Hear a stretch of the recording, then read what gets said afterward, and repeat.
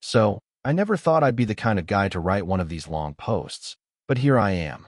Honestly, I don't even know where to start, because the last few months of my life feel like some messed up movie script I wouldn't even believe if someone else told me. It all started on a random Tuesday, nothing special. I was leaving work a little later than usual, dragging myself out of the office after staying behind to finish a report. I was tired, cranky, and just wanted to crash at home. But on my way to the parking lot, I noticed my phone buzzing like crazy in my pocket. At first, I thought it was just work emails. But nope, it was a bunch of missed calls from my wife. That alone was weird.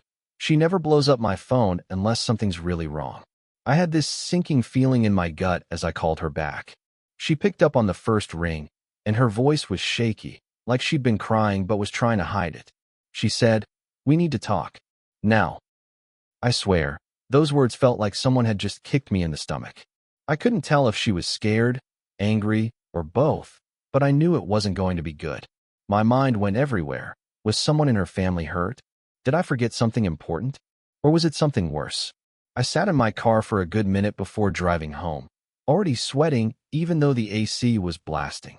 My gut told me that whatever she was about to tell me was going to change everything. And I was right. When I pulled into the driveway, her car was already there. Lights were on inside, but the house felt off. Normally, she'd come to the door, maybe even wave if she saw my headlights. This time, nothing. Just silence. I walked in and found her sitting at the kitchen table. No food, no glass of wine, nothing. Just her, staring down at her hands like she didn't even notice I'd come in. The moment I saw her face, I knew this wasn't about something small. "Okay," I said, dropping my bag by the door. "What's going on?" She didn't answer right away. She just kept tapping her fingers on the table. Finally, she looked up at me and said something I'll never forget. "You're going to hate me, but I can't keep lying to you." My heart just stopped. I didn't even know what to say. 100 different scenarios flashed through my mind, none of them good. I felt my throat tighten, like I couldn't even swallow. Then she said it, the words that flipped my entire world upside down. "I've been seeing someone else." There it was. Plain. Brutal. No warm-up. No explanation first. Just straight to the gut. I remember grabbing the back of a chair to steady myself because I honestly thought I might fall over. It was like my body didn't even know how to react. And the worst part? She just sat there. No tears, no begging me to understand. Just this cold look, like she'd rehearsed the whole thing and was finally glad to get it out. That silence between us in that kitchen, it was louder than any argument we'd ever had. I finally managed to choke out, "Who?" My voice cracked when I said it, like I already knew the answer was going to destroy me. She hesitated for a second, and I swear, I saw her jaw tighten. That tiny pause told me everything. It wasn't just some random guy. "It's someone you know," she said, barely above a whisper. I felt my stomach drop. My legs started shaking under me. "Someone I know?" That narrows it down to a nightmare category. I pressed her, my voice louder this time. "Who the hell is it?" She finally said his name, and my whole world split in half. It wasn't a stranger.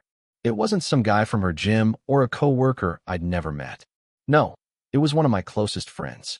Someone who had been in my house, shared beers with me, watched football on my couch, joked about how lucky I was to have her.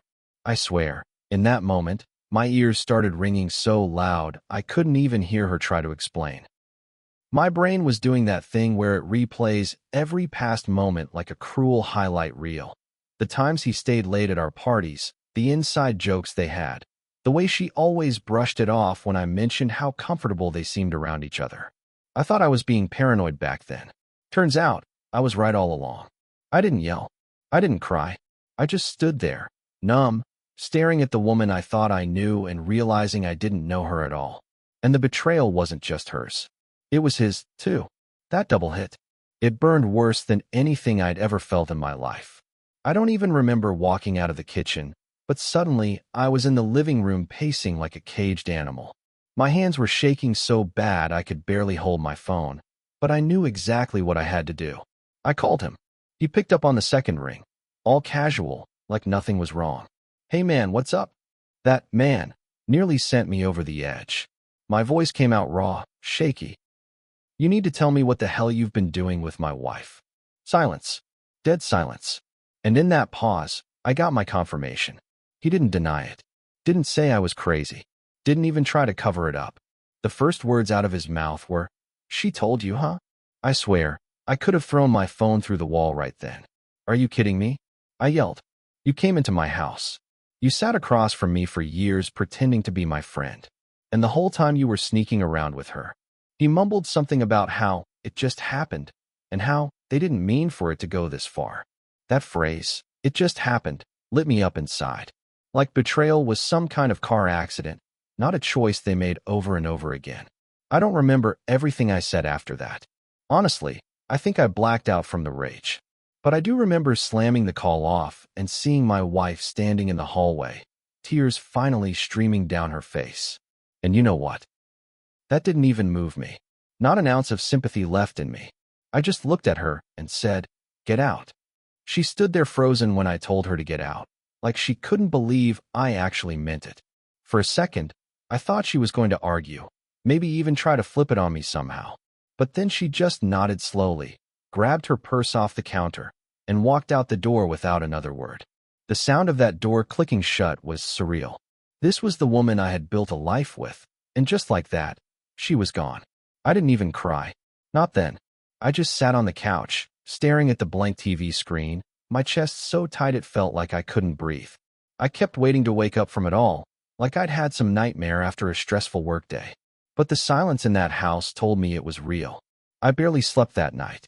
Every creak of the house, every car that drove by made me think maybe she'd come back, knock on the door, beg me to forgive her.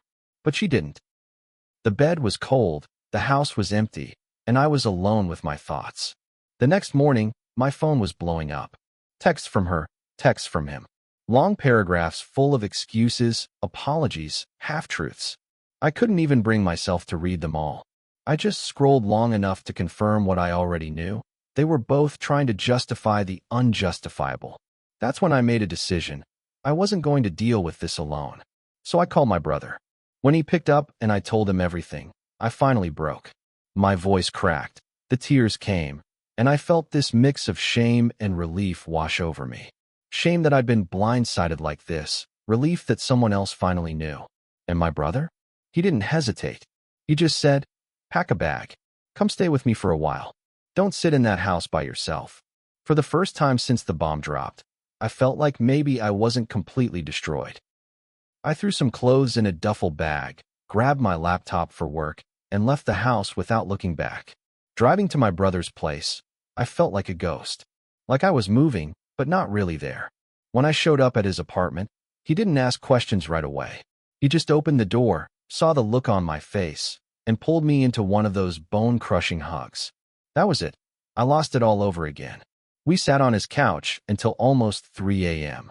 He let me rant, cry, go silent, and rant again. Every time I thought I was done, another wave of anger hit me. The betrayal kept replaying in my head like a loop I couldn't turn off. At one point, my brother asked, "Do you want me to call him?" "Because I will." And honestly, for a split second, I wanted him to. I wanted him to tear into that guy for me. But then I shook my head. "No," I said. "He doesn't get more of my family. He doesn't deserve it." The next morning, I woke up to about 30 unread messages. 10 from her, 15 from him. A few from mutual friends who clearly knew something was up, but didn't have the full picture. I opened one of his messages out of pure masochism, I guess. He wrote, "I never meant to hurt you, man. She and I connected in a way I didn't expect. I thought you'd see it eventually." Can you imagine that? Not only betraying me, but acting like I was supposed to understand it, like he was doing me some kind of favor. That's when the rage came back in full force. I didn't reply. I couldn't trust myself not to say something that would get me in real trouble. Instead, I tossed my phone on the table and told my brother, "I'm done with both of them. They're dead to me." And I meant it. Word travels fast in circles you thought were safe. By the end of that week, half of our mutual friends already knew something had blown up, even if they didn't have the details. The texts started rolling in. "Hey man, are you and wife's name okay? Heard something weird. Is it true? Please tell me it's not true. I don't want to take sides, but..." That last one set me off. I don't want to take sides. What do you mean you don't want to take sides? My wife and one of my closest friends betrayed me in the most personal way possible. There is no neutral ground in that situation. One guy, who I thought was like a brother to me, actually said, "Well, to be fair, maybe they just found love, man. That's not something you can control." I swear I almost drove over to his place right then. Found love? No, this wasn't love. This was two selfish people sneaking around behind my back and blowing up my life. But not everyone was like that. A couple of friends cut ties with both of them immediately. One buddy even sent me screenshots of group chats where my so-called friend was trying to spin the story, painting me as this distant husband, like I'd pushed her away and they'd fallen together. That was the moment I realized it wasn't just about betrayal. It was about reputation, too. He was trying to rewrite the narrative so he didn't look like the bad guy. And honestly, that hurt almost as much as the affair itself. Losing my marriage was one thing, but realizing that people I trusted were willing to believe his version of events, that was another knife in the back. I started to realize I couldn't trust anyone in that circle anymore. Not fully. Work was the one place I thought I could keep it together. Just bury myself in projects, drown in spreadsheets, let deadlines distract me. But betrayal doesn't clock out when you walk into the office. It follows you. That first Monday back, I sat at my desk staring at my computer screen for almost an hour without typing a single word. My head was a fog of what-ifs, and how could theys? Every time my phone buzzed, my chest tightened, terrified it was another message from her or him. My boss noticed. She pulled me into her office and asked if everything was okay. I lied. Told her I was just tired. She gave me that look. You know, the kind where someone can tell you're full of it, but doesn't push. But the real breaking point came during lunch. I was sitting with a coworker I sometimes vent to about little stuff, annoying clients, traffic, whatever. And out of nowhere, I just told her everything. The affair, the friend, the texts. All of it spilled out before I could stop myself. She didn't say much, just listened with wide eyes. When I finished, she said something that stuck with me. You've got two choices. Either let this destroy every part of your life, or decide it only gets to ruin one part of it. That hit me like a ton of bricks. Because up until then, I was letting it ruin everything. My sleep, my appetite, my work, my relationships. That night, I made a decision. I wasn't going to let them take my career, too. My marriage? Gone. My friend? Dead to me. But my work, that was mine. So the next day, I buried myself in it for real. Not as an escape, but as a lifeline. Throwing myself into work actually helped, for a while. I was pulling long hours, volunteering for projects no one else wanted. Basically anything to keep my mind occupied. My boss noticed, but instead of questioning it, she praised me. Said I was showing leadership potential. That tiny bit of recognition felt like oxygen after weeks of drowning. But of course, life doesn't let you just escape that easily. One night, after a brutal 12-hour day, I came back to my brother's place and found her sitting on the steps outside the building. My wife. Or my ex, I guess, though we hadn't filed papers yet.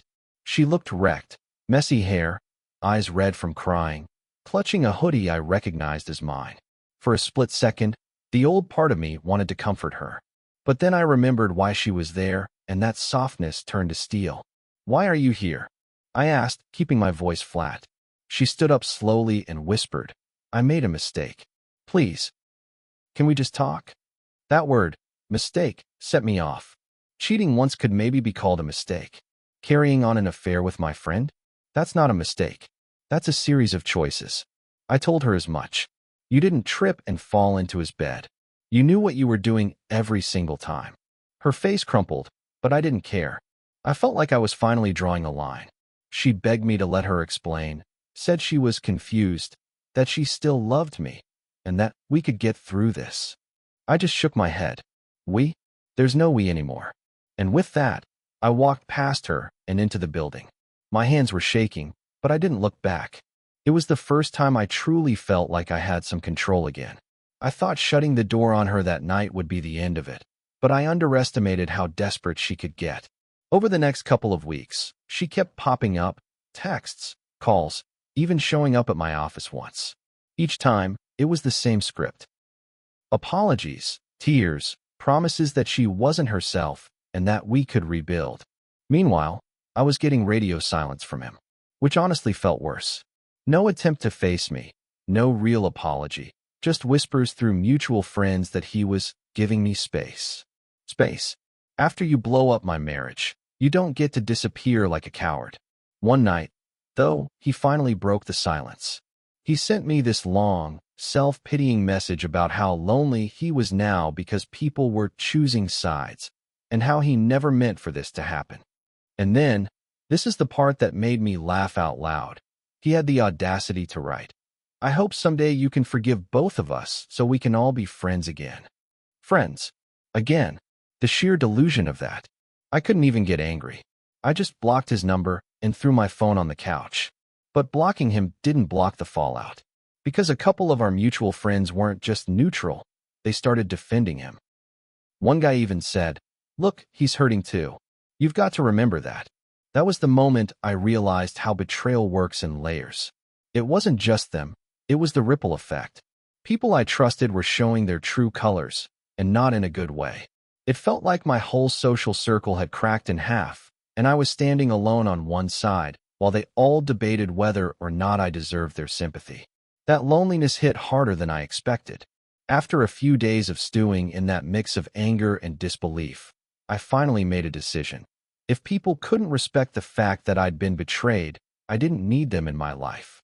Period. I started quietly cutting ties, unfriending, muting, even avoiding people I'd known for years. It wasn't easy. Some of them had been like family, but the moment they took the side of my wife and friend, they weren't family anymore. Not really. It felt ruthless at first, like I was punishing people for thinking differently. But then I realized it wasn't punishment. It was self-preservation. I couldn't rebuild myself surrounded by reminders of betrayal. And rebuilding, that became my focus. Not just at work, though that helped. I started going to the gym again, cooking my own meals, even picking up hobbies I'd let slide. Guitar, reading, journaling. Little things, but things that reminded me I still existed outside of the chaos they'd left behind. One night, as I sat on my balcony strumming the guitar, I realized something. For the first time in months, I felt a flicker of normalcy. Not happiness, not closure, but control. I wasn't over it, not even close. But I was starting to stand on my own again, and that felt like a win. Just when I thought I could finally breathe, life threw another curveball. Out of nowhere, she showed up at my brother's apartment. Not just a text or a call, she actually came in person. She looked even worse than before, pale, exhausted, eyes rimmed red. And she had this frantic, almost desperate energy. She begged, pleaded, and even offered to explain everything again. But I saw through it. This wasn't about honesty. This was about control, about trying to drag me back into her chaos. I didn't flinch. I didn't raise my voice. I just told her to leave. And this time, I had my brother there as backup, making sure she couldn't manipulate me with guilt or tears. That day, I realized something huge. Forgiveness doesn't mean letting someone back in. Forgiveness means letting yourself move on, no matter what they're doing. After she left, I sat there quietly, finally feeling a strange kind of peace. I wasn't happy, but I was no longer afraid, no longer haunted by her presence. I could think about my life again without her looming over it. And the best part? That peace didn't depend on anyone else anymore. Not her, not him, not the so-called friends who had abandoned me. Just me. It took weeks, but I finally started seeing the bigger picture. Betrayal, as brutal as it was, forced me to confront parts of myself I'd ignored for years. I realized I'd been too dependent on other people for my happiness, trusting too easily, giving too much, assuming everyone had the same moral compass I did. I also learned something unexpected about anger. It's intense, consuming, but it can be useful if you channel it right. I used mine to rebuild my life, focus on work, hobbies, health, and even relationships that had nothing to do with her or him. Anger became a tool instead of a trap. I even found a small sense of humor about the whole situation.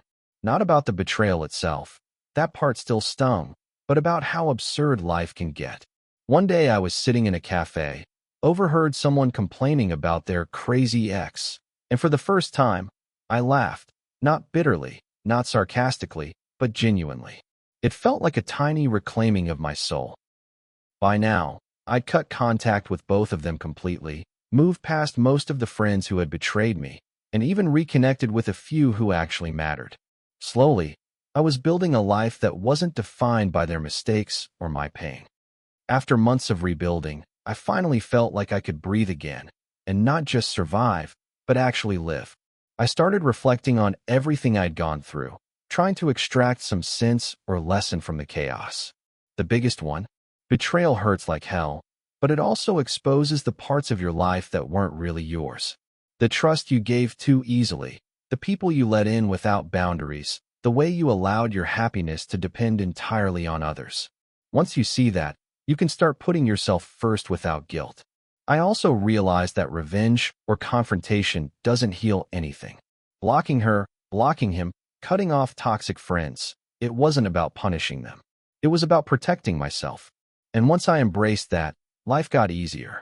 Finally, I learned that acceptance isn't about forgiving them. It's about forgiving yourself for ever trusting them. That's the real freedom. So if anyone reading this is going through something similar, you're allowed to feel everything: rage, sadness, confusion. But don't let it consume you. Reclaim your life, one small step at a time, and surround yourself with the people who truly matter. Looking back now, I can't believe how much has changed since that Tuesday when my world collapsed. I've rebuilt my life from the ground up: career, hobbies, friendships, and I'm finally starting to feel like myself again. The anger is still there sometimes, a flash of memory when I least expect it, but it no longer controls me. I've learned that betrayal doesn't just hurt, it teaches. It teaches you who you are, what you value, and how strong you can be when everything you thought mattered is ripped away. I've learned to trust my instincts, set boundaries, and never let someone else define my worth. And the strange, ironic part? Losing them freed me. Freed me to focus on things that truly matter. Freed me to invest in people who genuinely care. Freed me to stop pretending everything was fine when it wasn't. So yeah, life threw me into a storm I never saw coming. But on the other side, I found something I'd been missing all along: myself. For anyone going through betrayal, it's brutal, it's lonely, and it will test you in ways you can't imagine. But there is a way through it. Stand firm, cut the toxic ties, and hold on to the pieces of yourself that no one else can touch. Because in the end, the only person you absolutely need to survive and thrive is you.